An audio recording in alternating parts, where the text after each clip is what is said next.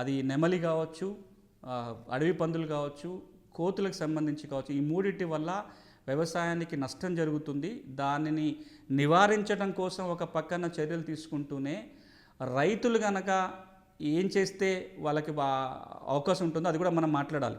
ఈ రోజున cruelty to Animal prevention of cruelty to animals చట్ట ప్రకారం కనుక వీటిలో వేటికి నష్టం కలిగించినా, వాటిని కొట్టినా, లేకపోతే దాంట్లో వాళ్ళ ఎలక్ట్రిక్ ఫెన్సింగ్ పెట్టుకొని ఇంకేదో పెట్టుకొని వాటికి ప్రాణహాని జరిగితే రైతుల మీద కూడా క్రిమినల్ చర్యలు తీసుకోవడానికి చట్టంలో నిబంధనలు ఉన్నాయి.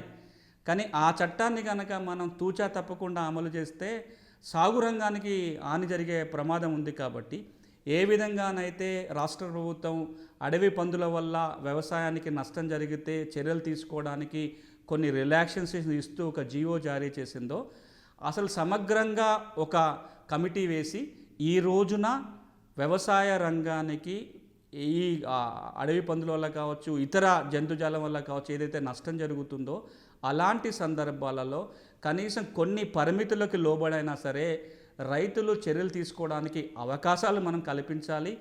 లేదా వాటికి ఇంకొక చోట పునరావాసం కల్పించడం కోసం ప్రభుత్వమే చర్యలు తీసుకోవడంగా అవకాశం ఇవ్వకపోతే ఈ రోజున ఇది ప్రతి పల్లెలో తీవ్రమైన సమస్య. అడవి పందుల వల్ల రైతులు చనిపోతున్న సందర్భాలు మనం చూస్తున్నాం. వాళ్ళ పొలాలకు రక్షణకు వెళ్ళినప్పుడు అడవి పందులు వచ్చి దాడి చేయటం వల్ల రైతులు మరణించిన వార్తలు మనం పేపర్లో చదువుతున్నాం. చాలా చోట్ల రైతులు చనిపోయిన దాఖలాలు కనపడుతున్నాయి. కోతుల వల్ల విపరీతమైన పంట నష్టం జరిగిన సందర్భాలు కనపడుతున్నాయి. కాబట్టి వీటన్నిటినీ మారిన పరిణామాలను, మారిన పరిస్థితులను దృష్టిలో పెట్టుకొని మనకున్న పాత చట్టాలలో కూడా కొన్ని మార్పులు చేర్పులు చేసుకోవటం ఎంతైనా అవసరం.